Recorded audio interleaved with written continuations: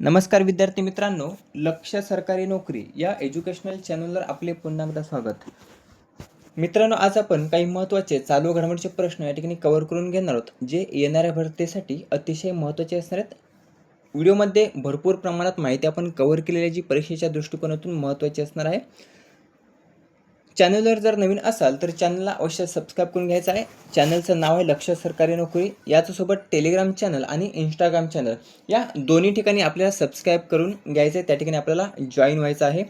Video शेवटपर्यंत नक्की पाहायचा. कोणीही व्हिडिओ अर्धवट सोडायचा नाही. प्रश्न सर्व महत्त्वाचे असणार आहेत.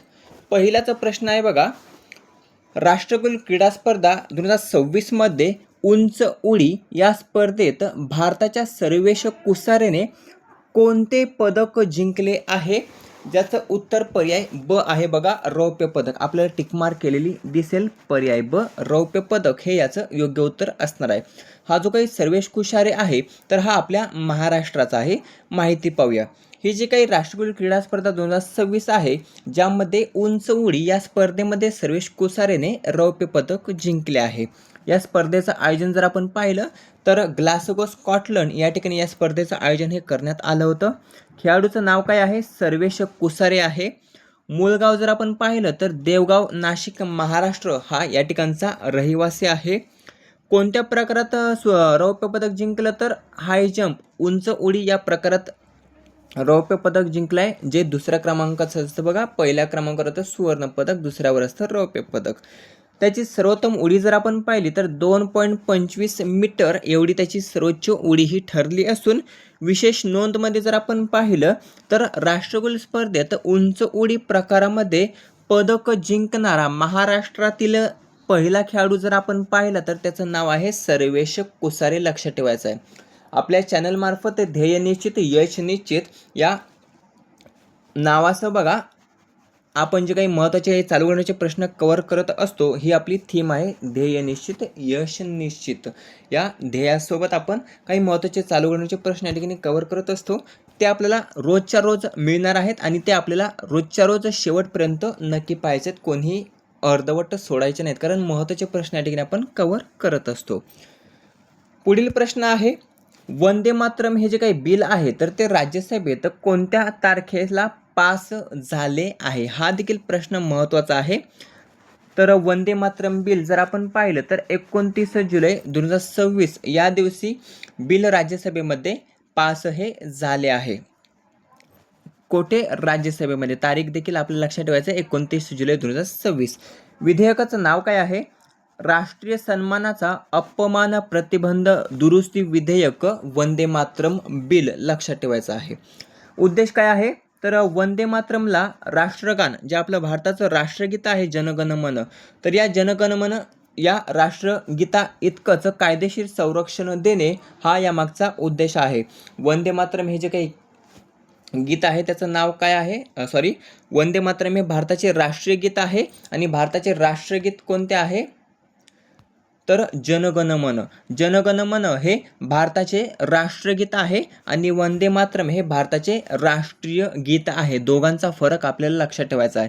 जनगण मन हे जे काही गीत आहे तर ते रवींद्रनाथ टागोर यांनी लिहिलं आहे आणि वंदे मातरम हे जे काही गीत आहे तर ते बॅनर्जी यांनी लिहिलेलं. लक्षात ठेवायचं आहे, बॅनर्जी. आता राज्यसभेत मांडलं केव्हा होतं? तर 24 जुलै 2026 मांडलं होतं. राज्यसभेत ते मंजूर झालेलं आहे 29 जुलै 2026.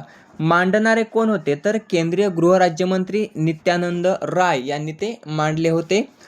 यामध्ये कमाल शिक्षा जर आपण पाहिली तर ती 3 वर्षापर्यंत कारावास किंवा दंड किंवा दोन्ही अशा प्रकारची शिक्षा, या शिक्षेची तरतूद त्या ठिकाणी करण्यात आलेली आहे.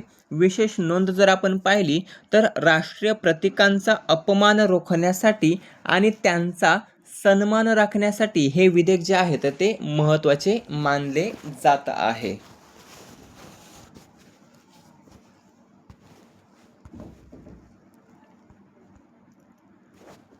त्यानंतरचा पुढचा प्रश्न आहे. या प्रश्नाला आपल्याला स्टार मार्क करून ठेवायचा आहे. प्रश्न अतिशय महत्त्वाचा आहे. कोयना धरणाच्या जलाशयाचे नवीन नामकरण काय करण्यात आले? याचं उत्तर असणार आहे श्री छत्रपती शिवाजी महाराज कोयना जलसागर.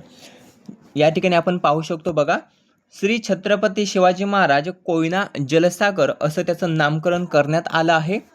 माहिती निर्णय कोणी दिला? महाराष्ट्र शासनाने दिलेला आहे. जुनं नाव काय होतं? तर शिवाजी सागर जलाशय. लक्षात ठेवायचं आहे, शिवाजी सागर जलाशय असं त्याचं जुनं नाव होतं. नवीन नाव असणार आहे श्री छत्रपती शिवाजी महाराज कोयना जलाशय. या ठिकाणी आपल्याला दिसून येतं बघा, श्री छत्रपती शिवाजी महाराज कोयना जलसागर असं त्याचं नवीन नाव असणार आहे. धरण कोणतं आहे? कोयना धरण. नदी कोणत्या नदीवर हे बांधण्यात आलं? तर कोयना नदीवर हे बांधण्यात आलेलं आहे. स्थान आपण पाहिलं तर कोयना नगर, सातारा, महाराष्ट्र या ठिकाणी त्याचं स्थान आहे. उपयोग काय होतं? तर जलविद्युत निर्मिती, सिंचन, पाणी पुरवठा व पूर नियंत्रण यासाठी त्याचा उपयोग हा केला जातो. आणि स्पर्धा परीक्षांसाठी अत्यंत महत्त्वाचा चालू घडामोडीचा प्रश्न जर आपण पाहिला तर तो हा असणार आहे. येणाऱ्या भरतीमध्ये यावर प्रश्न हा विचारला जाऊ शकतो. त्यानंतरचा पुढचा प्रश्न आहे, नाशिक येथील महाराष्ट्र आरोग्य विज्ञान विद्यापीठ MUHS च्या कुलगुरूपदी कोणाची नियुक्ती करण्यात आली आहे? जर आपण पाहिलं नाशिकचं जे काही आरोग्य विज्ञान विद्यापीठ आहे तर त्या ठिकाणी व्यंकट शाहूबाई अर्जुनराव गित्ते, व्यंकट शाहूबाई अर्जुनराव गित्ते यांची नाशिक येथील महाराष्ट्र आरोग्य विज्ञान विद्यापीठच्या कुलगुरूपदी नियुक्ती ही करण्यात आली आहे.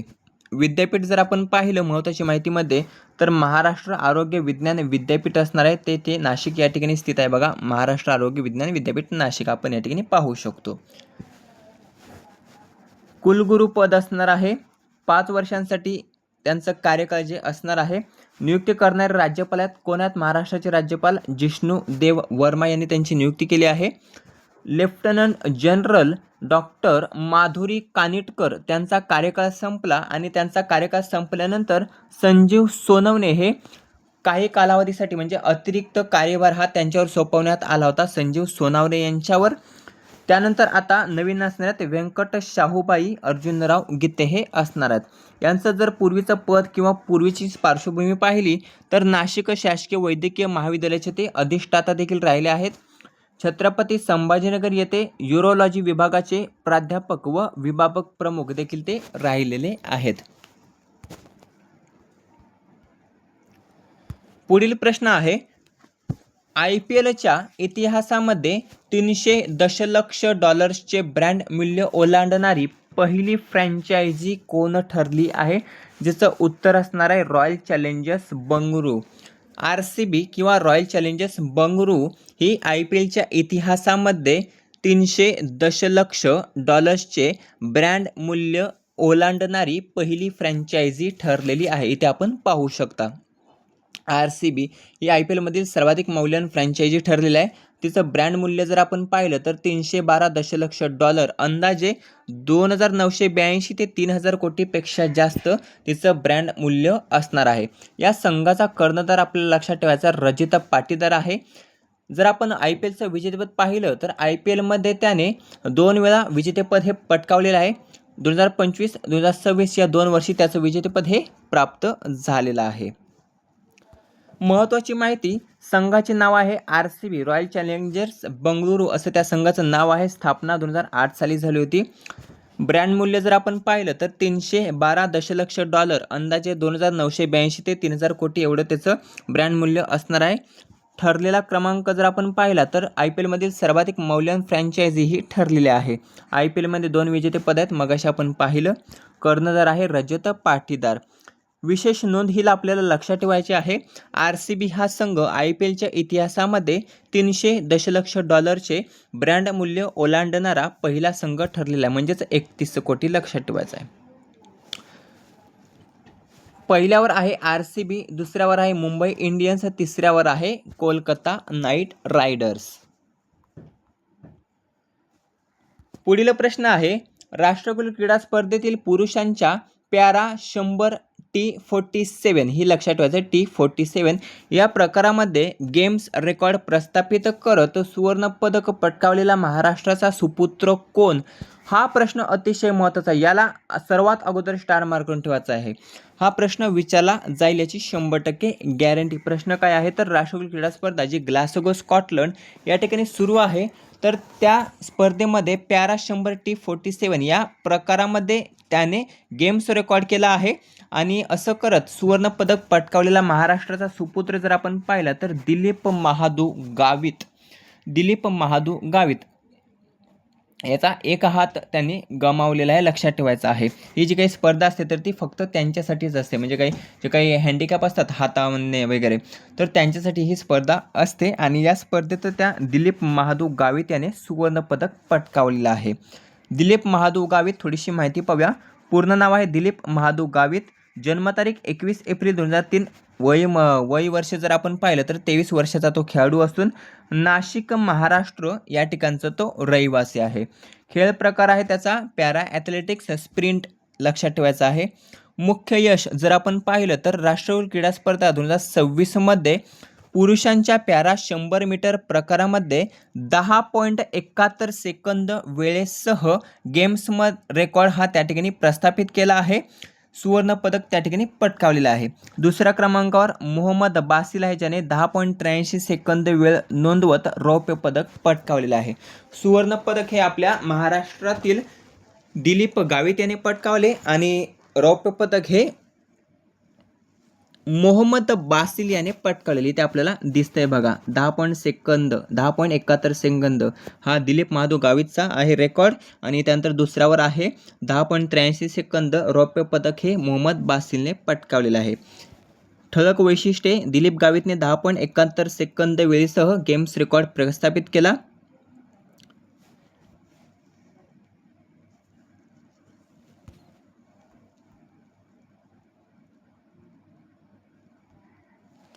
त्यानंतरचा पुढचा प्रश्न आहे, सध्या चर्चेत असलेले पाकव्याप्त काश्मीर POK मधील आंदोलन हे कोणी सुरू केले आहे?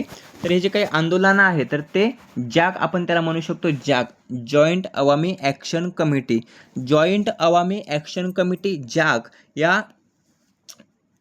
याने बघा सध्या चर्चेत असलेले जे काही पाकव्याप्त काश्मीर POK आहे तर त्या ठिकाणी आंदोलन हे सुरू केले आहे. काही महत्त्वाची माहिती आहे. आता या आंदोलनाची सुरुवात कुठे केली तर पाकव्याप्त काश्मीर POK या ठिकाणी या आंदोलनाची सुरुवात केली आहे.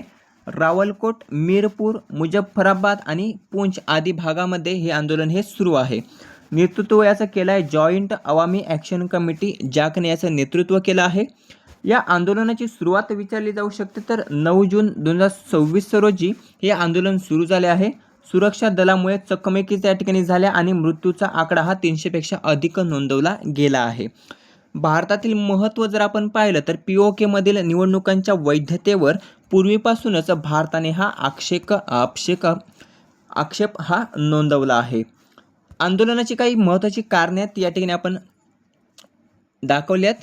पहिलं कारण आहे निवडणूक सुधारणा, ज्यामध्ये विधानसभेतील 12 निवडणुकांसाठी जी राखीव जागा आहे तर ती रद्द करण्याची मागणी, स्थानिकांचा आरोप आणि यामुळे इस्लामाबादचा राष्ट्रीय हस्तक्षेप हा वाढला गेला.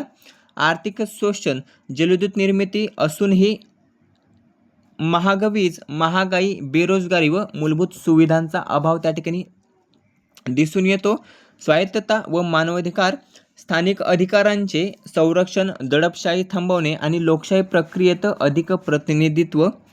परीक्षेसाठी आपल्याला काय लक्षात ठेवायचं आहे, ही एक संघटना आहे जॉईंट अवामी ॲक्शन कमिटी जॅक, हिने याची सुरुवात ही केली आहे. प्रमुख मुद्दे लक्षात ठेवायचे आहेत.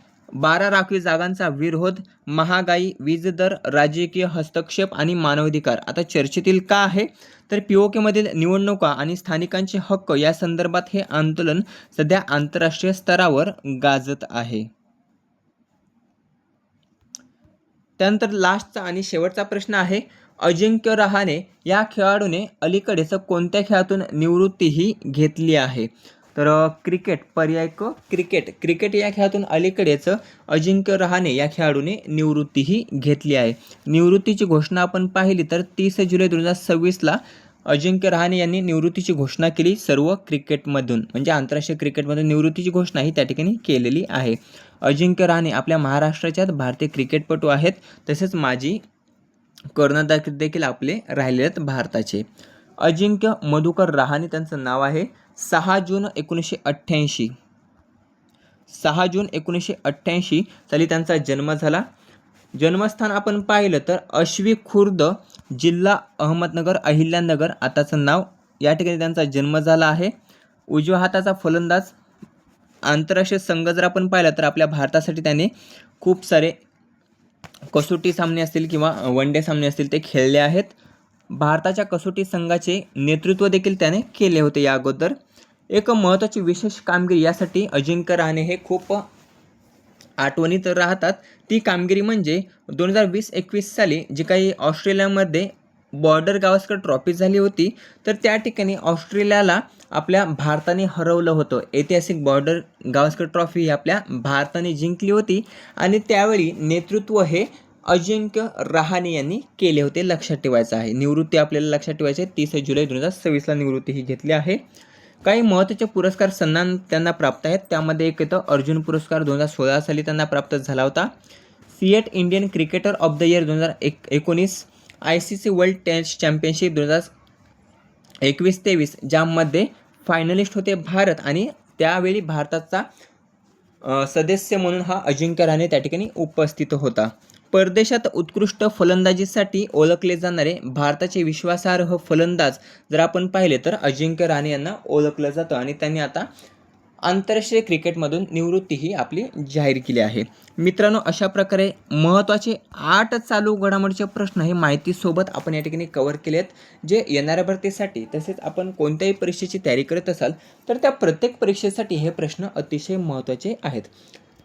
जी आपण आज माहिती पाहिली तर ती माहिती आपल्याला टेलिग्रामला नक्कीच उपलब्ध होणार आहे. आपण इंस्टाग्रामचं पेज देखील ओपन केलं आहे, लक्ष सरकारी नोकरी.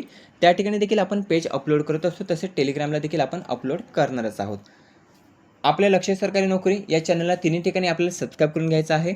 व्हिडिओ आवडला असेल तर मित्रांसोबत शेअर करायचा आहे आणि लाईक करायचं आहे, चॅनलला सबस्क्राईब करायचं आहे. भेटूया पुढील भागामध्ये. धन्यवाद.